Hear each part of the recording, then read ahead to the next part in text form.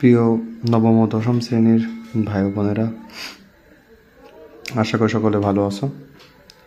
আজকে সকলের রিকোয়েস্টে একটা রসায়ন ক্লাস নেওয়ার চেষ্টা করব। নাম হচ্ছে, বুঝতেই পারতেছেন টপিক দেখে, ইলেকট্রন বিন্যাস। প্রচুর ঠান্ডা লাগা অবস্থায় ক্লাসটা নেওয়ার চেষ্টা করতেছি। কণ্ঠ শুনে হয়তো বুঝতে পারতেছেন যে বেশ ঠান্ডা লাগছে। তারপরে ছোট ছোট ভাই বোনদের রিকোয়েস্টে ক্লাসটা নেওয়ার চেষ্টা করতেছি, ভুল ত্রুটি ক্ষমা করবা। আসলে ইলেকট্রন বিন্যাস ছাড়া একটা রসায়নের ভিত্তি কখনোই স্বয়ংসম্পন্ন হয় না। রসায়নের টোটাল ভিত্তিটা স্থাপন হয় এই ইলেকট্রন বিন্যাসের মাধ্যমে। ইলেকট্রন বিন্যাসটা না জানলে রসায়ন শিক্ষায় শিক্ষিত হওয়া খুবই দুষ্কর। আসলে দেখি কেমন হয়, ইলেকট্রন বিন্যাসটা শেখো, দেখি তোমাদের জন্য কিছু করতে পারি কিনা, মানে ক্লাসটা নিয়ে অন্ততপক্ষে তোমাদের সাহায্য সহযোগিতায় আসতে পারি কিনা। ভালো লাগবে হয়তো, আশা করি। তো ইলেকট্রন বিন্যাসটা দেখি। আসলে এই ইলেকট্রন বিন্যাসের প্রথমত এই যে S1s 2s 2p এগুলা আসলে এই sp-df, আমি এই মূল বিষয়টা নিয়ে আলোচনা করি। এই sp-df এগুলো হচ্ছে অরবিটাল, উপশক্তি স্তর।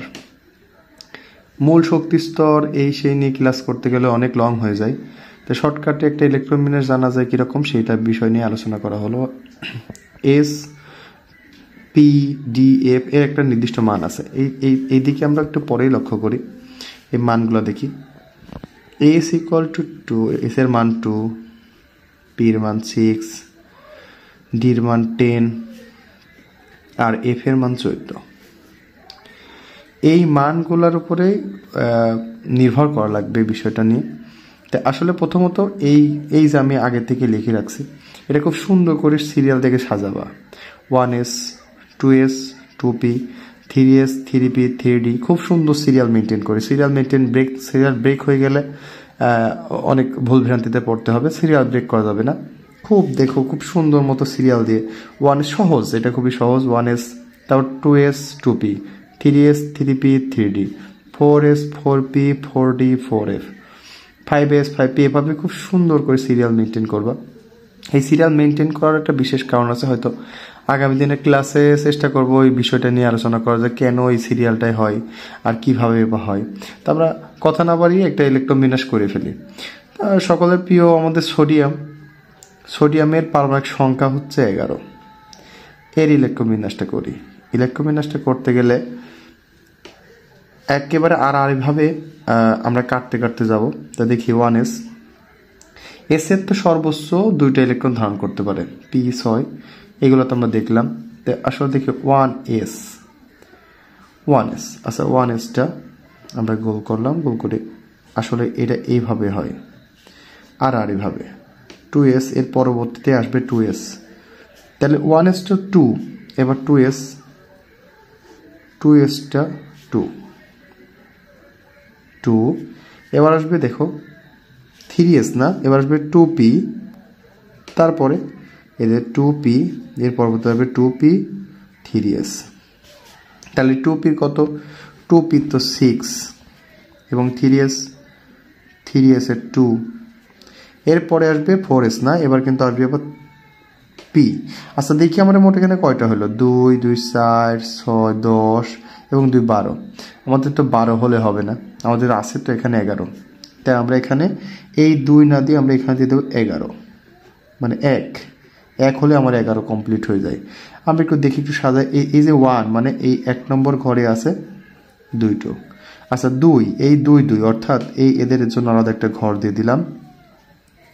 3s এখানে একটা ঘর, তাহলে হবে 2, এই ঘরে হলো 2 আর 6 8, আর এখানে হলো কত 1। তাহলে সোডিয়াম ইলেকট্রন বিন্যাস হবে 2 8 1। আচ্ছা যদি এর থেকে বড় কিছু একটা করি তাহলে দেখি কেমন হয়। আমরা যদি ক্যালসিয়াম নিয়ে করি, ক্যালসিয়ামের 20 ইলেকট্রন বিন্যাসটা করি দেখি। 1s 2, 2s 2, 2p 6, 3s, এই যে 3s 2, কারণ এখানে তো 20টা। আচ্ছা এই 2 দিলে হচ্ছে 12, এবার 3s এর পরে 3p। আচ্ছা 3p, তাহলে 3p কত হয়? 3p 6, 3p পর কি আসবে 4s ভাই 4s এর কত s এর কত s এর 2 তাহলে 4s2 আমাদের কত হলো একটু দেখি আগে এখানে 2 4 10 10 10 20 এই যে আমাদের ইলেকট্রন বিন্যাস হয়ে গেছে প্রথম ঘরালা একটা দিয়ে দিলাম নিজস্ব ঘর এই নাও 2 এর ঘর এই নাও 3 এর ঘর এই নাও 4 এর ঘর তাহলে আমরা যোগ করি 2 এখানে হবে 8 এখানে হবে 8 আর এখানে হবে 2 আচ্ছা যদি দেখি আমরা এর থেকে বড় একটা বেশি করি এরপরে আমরা যদি করি হচ্ছে আচ্ছা জিঙ্কের ইলেকট্রন বিন্যাস করি 30 নম্বর আবার একই অবস্থা 1s2 2s2 2p6 3s2 3p6 3p এর পরে কিন্তু 4s আচ্ছা 4s2 আমরা কিন্তু 3d তে না যাই 4s2 এবার কিন্তু আমাদের আসবে 3d কাঙ্ক্ষিত আচ্ছা এখানে 20 আর 3d এখানে তো 10 অর্থাৎ দেখো এখানে একটু এলো পাথারে আছে এলোমেলো আছে তা আমরা এগুলোকে একটু সাজাই নি 1s2 এবার আসবে কে 2s2 2p6 এবার আসবে কে 3s2 3p6 এবং এই 3d10 যদি কেউ এই লাইনটা ডিরেক্ট একবারে করতে পারো তো ভালো এই যে সিরিয়াল মেনটেন করা অবস্থায় আর যদি না হয় তো এক লাইনে ভাবে একটু বেশি করে করবা যাতে করে ভুল হওয়ার সম্ভাবনা কম থাকে 2 এই ঘরে 8 এই ঘরে 18 এবং এই ঘরে 2 তো জিঙ্কের ইলেকট্রন বিন্যাস 2 8 18 2 আচ্ছা যদি আমরা এবার কপারের ইলেকট্রন বিন্যাসটা করি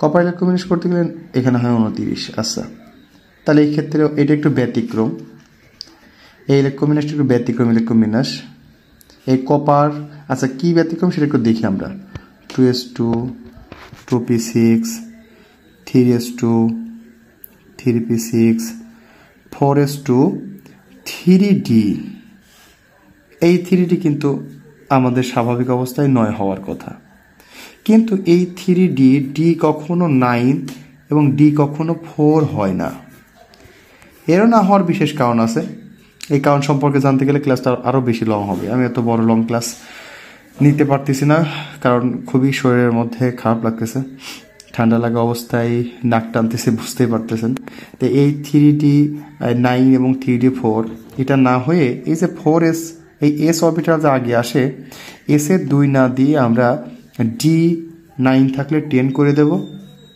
আর d 4 থাকলে 5 করে দেব তার মানে এখানে d 10 দিলাম এটা হয় না আমাদের সরি লাল কলম দিয়ে বিষয়টা দেখানোর চেষ্টা করি এই এস এর এখানে আমরা দেব কত এস এ আসলে দেব হচ্ছে 1 এই অবস্থা দেখলে এস এ 1 দিয়ে দেব আর ডি 10 দিয়ে দেব তাহলে যদি আমরা সাজাই 1s2 2s2 2p6 3s2 3p6 এই 3d টা 10 3d টা 10 দিয়ে দেব এবং 4s এই 4s 1 অর্থাৎ ইলেকট্রন বিন্যাস হবে 2 8 এখানে 18 এবং এখানে হবে 1 এইরকম যদি আমরা আবার পাবো ক্রোমিয়াম Cr24 এইটা তোমরা বাসা থেকে করবা দেখবা d4 হচ্ছে এখানে 3d4 আর এখানে 2 হবে না এখানে 2 না দিয়ে এখানে আপনারা 1 দিবেন আর আপনারা হচ্ছে এখানে এই d4 এর জায়গায় দিয়ে দেবেন হচ্ছে 5 তাই ইলেকট্রন বিন্যাস সম্পন্ন হয়ে গেল আর ইলেকট্রন বিন্যাসের মাধ্যমে জানা যায় কোনটা ধাতু কোনটা অধাতু সে পর্যায়ের সাথে কোন মৌল কোন নম্বর পর্যায়ে কয় নম্বর গ্রুপে অবস্থিত এই সব বিষয় নিয়ে আমি হয়তো আগামী দিনে আলোচনা করব কিন্তু আজকে শর্টকাট ইলেকট্রন বিন্যাসটাই জানালাম আর এখানে এই যে পর্যায়ক্রমে আমাদের এই ধারায় অব্যাহত থাকবে সব সময় এই রকম ভাবে আসবে এবার ডি তারপরে যদি এটা 5 এর সম্পন্ন হয়ে যায় এবার আসবে 4d পরে 5p তারপরে আসবে এইরকম তারপর এখানে যদি আসবে তার মানে এই দিকে এইরকম এইরকম এইরকম এই দিক থেকে লাস্টে এসে যদি এইটাও সম্পন্ন হয়ে যায় তাহলে কিন্তু অবশ্যই 8s না এই 5f তারপরে এরকম তারপরে এই তারপরে এইভাবে ইলেকট্রন বিন্যাসটা সম্পন্ন করতে হয় তো ইলেকট্রন বিন্যাসটা খুব সহজ একটা ব্যাপার তবে এই অরবিটাল কি, অরবিট কি, শক্তি স্তর কি, এগুলা জানা দরকার। যে এগুলো ছাড়া তো আসলে রসায়ন শেখা সম্ভব না। সায়েন্স ব্যাকগ্রাউন্ড যারা সায়েন্সে আসো, রসায়ন খুবই একটা সুন্দর সাবজেক্ট যদি বোঝা যায় না যায়। এর মাধ্যম দিয়ে সংকেত জানতে হবে, তারপরে যোজনী জানতে হবে। সংকেত, যোজনী না জানলে সংকেত পাবা না, সংকেত না জানলে ইলেকট্রোবিন্যাস পারবা না, সরি বিক্রিয়া পাবা না, বিক্রিয়া না পারলে রসায়নই পারবা না। অর্থাৎ রসায়নের মূল যে বিষয় সেটা হচ্ছে এই ইলেকট্রন বিন্যাস। এই ইলেকট্রন বিন্যাসটা জানা খুবই জরুরি। ইলেকট্রন বিন্যাস বাসা থেকে এখন যেটাই সুন্দর মতো করতে চাও, যেটাই করবা, দেখবা সব একই রকম। বাসায় তুমি প্র্যাকটিস করে দেখতে পারো। আমরা অনেকগুলো প্র্যাকটিস করলাম, 1 2 3 4টা প্র্যাকটিস করলাম। আর আমরা যদি এরকম বাসা থেকে আরো 5-7টা প্র্যাকটিস করি তাহলে ভালো লাগবে। পারমাণবিক সংখ্যা দিয়ে যে পারমাণবিক সংখ্যা ইচ্ছা হয় সেটা দিয়েই করবা। ইলেকট্রন বিন্যাস আর কোনো বিষয় না এখানে। যদি এই বিষয়টা তোমরা যদি খেয়াল করো, তার মানে ইলেকট্রন বিন্যাসটা আমারই কঠিন কোনো ব্যাপার না। তো যাই হোক, কথা আর বাড়াবো না। যদি প্রয়োজন মনে হয় ইলেকট্রন বিন্যাস হোক বা আদার্স কোনো বিষয়ে যদি কোনো কিছু জানতে ইচ্ছা হয়, কমেন্টসে জানাবা, চেষ্টা করবো ইলেকট্রন বিন্যাসে জানানো। আমার কিছু ছাত্রছাত্রীবৃন্দ রসায়নের ইলেকট্রন বিন্যাস সম্পর্কে জানতে চেয়েছিল, যার কারণে আমি ইলেকট্রন বিন্যাসটা তোমাদের মাঝে উপস্থাপনা করার চেষ্টা করলাম। তো যাই হোক, তোমরা সকলে ভালো থাকবা, সুস্থ থাকবা, আমার জন্য দোয়া করবো খুব দ্রুত যেন সুস্থ হতে পারি এবং সুস্থ হয়ে তোমাদের মাঝে ভালো ভালো ক্লাস নিতে পারি। আর যদি ক্লাস ভালো লাগে তাহলে অবশ্যই একটু সাপোর্ট করবা। সাপোর্ট ছাড়া আসলে ভালো লাগে না, কোনো কিছু শেখানোর ইচ্ছাও থাকে না। তো সাপোর্ট করবা যেন সামনের দিনে আরো ভালো ভালো ক্লাস নিতে পারি। সো যাই হোক, থ্যাংক ইউ সো মাচ। আজকে আর কথা বলছি না, সবাই ভালো থাকবা, সুস্থ থাকবা, আল্লাহ হাফিজ।